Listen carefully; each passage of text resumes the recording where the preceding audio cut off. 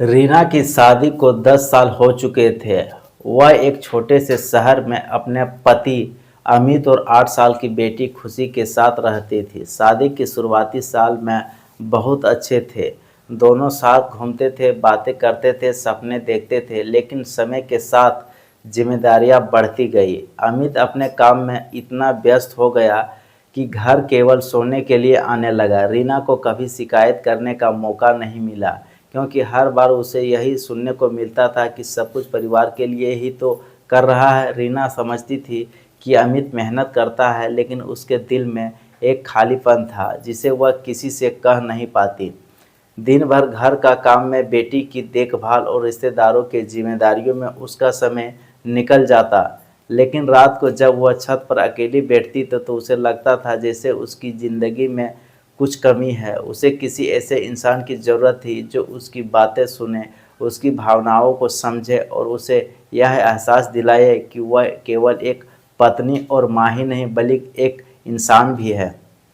एक दिन खुशी के स्कूल में वार्षिक कार्यक्रम की तैयारी चल रही थी। रीना अपनी बेटी को अभ्यास के लिए छोड़ने गई। वहां उसकी मुलाकात आर्यन से हुई। आर्यन 20 साल का एक होनहार कॉलेज छात्र था जो बच्चों को नाटक और सांस्कृतिक कार्यक्रम की तैयारी करवाने में मदद कर रहा था। उसकी आंखों में आत्मविश्वास था और चेहरे पर हमेशा मुस्कान रहती थी। पहली मुलाकात सामान्य थी, लेकिन जब रीना अपनी बेटी को लेने आई तो आर्यन ने मुस्कुराकर पूछा कि कार्यक्रम कैसा लग रहा है। बस वहीं से बातचीत शुरू हुई। अगले कुछ दिनों में दोनों के बीच छोटी छोटी बातें होने लगी। कभी किताबों की चर्चा होती, कभी संगीत की, कभी जिंदगी की।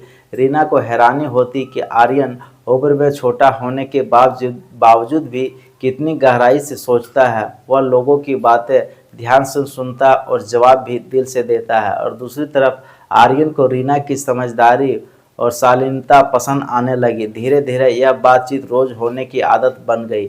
जब भी रीना स्कूल पहुंचती है, आर्यन उससे 2 मिनट बात जरूर करता है। कभी वह किसी को नई किताब के बारे में बताता है, कभी कोई प्रेरणादायक किस्सा सुनाता है। रीना को अच्छा लगता है कि कोई उसके चेहरे की उदासी भी पढ़ लेता है। एक दिन बारिश हो रही थी। स्कूल की छुट्टी होने में देर थी। बच्चे अंदर थे और बाहर तेज बारिश पड़ रही थी।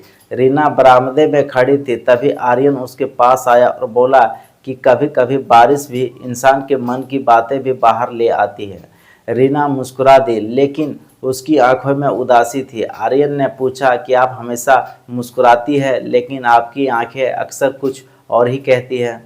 यह सुनकर रीना कुछ पल चुप रही, फिर बोली कि हर इंसान की ज़िंदगी में कुछ बातें ऐसी होती है जो वह किसी को नहीं बता पाता। आर्यन ने कहा कि कभी कभी किसी को अनजान से बात करना आसान होता है, क्योंकि वह बिना जज किए सुनता है। उसी दिन पहली बार अपने अकेलेपन की बात किसी से कही। उसने बताया कि कैसे वह खुद को धीरे धीरे खोती जा रही है, कैसे उसकी ज़िंदगी केवल जिम्मेदारियों तक सीमित हो गई। आर्यन ने कुछ नहीं कहा, बस चुपचाप सुनता रहा। यही बात रीना को सबसे ज़्यादा अच्छी लगी।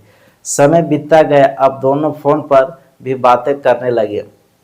शुरुआत में दोस्तों बातें सामान्य थी, लेकिन धीरे धीरे वे एक दूसरे के ज़िंदगी का हिस्सा बनने लगा। सुबह गुड मॉर्निंग का संदेश आता तो दिन अच्छा लगता था। रात को बात किए बिना नींद नहीं आती थी। रीना को महसूस होने लगा कि वह फिर से जी रही है। वह अपने पुराने शौक पूरा करने लगी, किताबें पढ़ने लगी, संगीत सुनने लगी और उसकी मुस्कान लौट आई। लोगों ने भी उसके चेहरे का बदलाव को नोटिस करना शुरू कर दिया। उधर आर्यन भी बदल रहा था। वह दिन भर में कई बार रीना के बारे में सोचता। उसे उसकी बातें याद आती, उसकी हंसी याद आती। एक दिन उसने महसूस किया कि यह सिर्फ दोस्ती नहीं रही, लेकिन वह डरता था। उसे पता था कि रीना एक शादीशुदा है, उसकी एक बेटी है और समाज इस रिश्ते को कभी स्वीकार नहीं करेगा।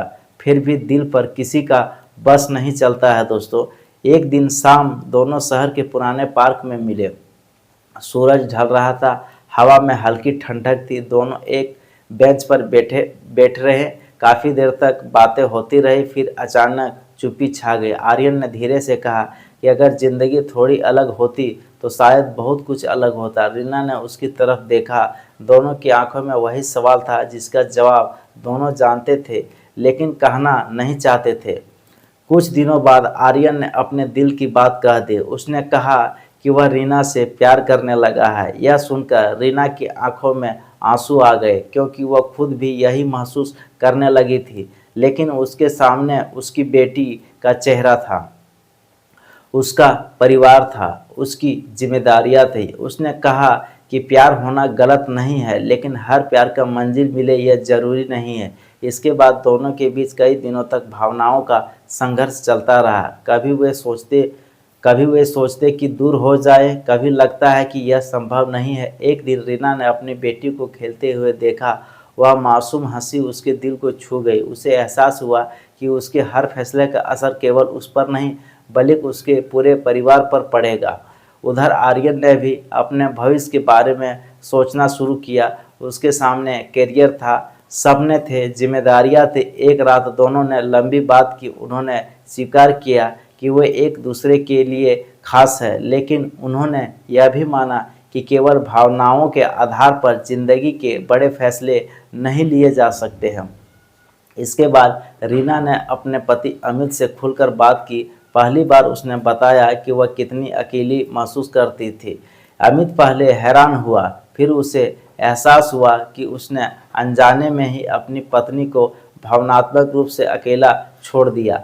उसने कोशिश शुरू की, वह समय निकालने लगा, परिवार के साथ भी बैठने लगा, बेटी के साथ खेलने लगा और धीरे धीरे घर का माहौल दोस्तों बदलने लगा। उधर आर्यन अपनी पढ़ाई पूरी करने के लिए दूसरे शहर चला गया। जाने से पहले वह रीना से मिला। दोनों लंबे समय तक चुप रहे। कहने को तो बहुत कुछ था लेकिन शब्द कम पड़ गए। आखिर में आर्यन ने कहा कि शायद हम एक दूसरे की ज़िंदगी में इसलिए आए थे ताकि हमें यह समझ आए कि इंसान को केवल प्यार ही नहीं बल्कि समझ और सम्मान भी चाहिए। रीना ने मुस्कुराकर कहा कि कुछ लोग ज़िंदगी में मंजिल बनने नहीं आते बल्कि रास्ता दिखाने आते हैं। और दोनों की आंखों में नम थी लेकिन दिल में कोई शिकायत नहीं थी। आर्यन चला गया, समय आगे बढ़ता गया और साल गुजर गए। एक दिन रीना अपनी बेटी को कॉलेज के पहले दिन उसे छोड़ने गई। वहां उसे अचानक आर्यन दिखाई दिया। अब वह एक सफल प्रोफेसर बन चुका था। दोनों की नज़रें मिली, दोनों मुस्कुराए। कोई दर्द नहीं था, कोई पछतावा नहीं था, सिर्फ सम्मान था। उन्होंने कुछ मिनट बात की, पुरानी यादों को याद किया और फिर अपनी राह पर चल दिए। रीना ने पीछे मुड़कर नहीं देखा क्योंकि अब उसे समझ आ गया था कि ज़िंदगी का सबसे खूबसूरत प्यार हमेशा वह नहीं होता है जो हमें मिल जाए। कभी कभी सबसे खूबसूरत प्यार तो वह होता है जो हमें बेहतर इंसान बनाकर आगे बढ़ना सिखा जाए। और शायद यही उनकी कहानी का असली खूबसूरती थी। एक ऐसी कहानी जिसमें प्यार थी, भावनाएं थे, संघर्ष था और त्याग थी और सबसे बढ़कर ज़िंदगी को समझने की सबसे बड़ी सीख थी दोस्तों। तो आपको ये कहानी कैसी लगी आप हमारे कमेंट बॉक्स में ज़रूर बताएं।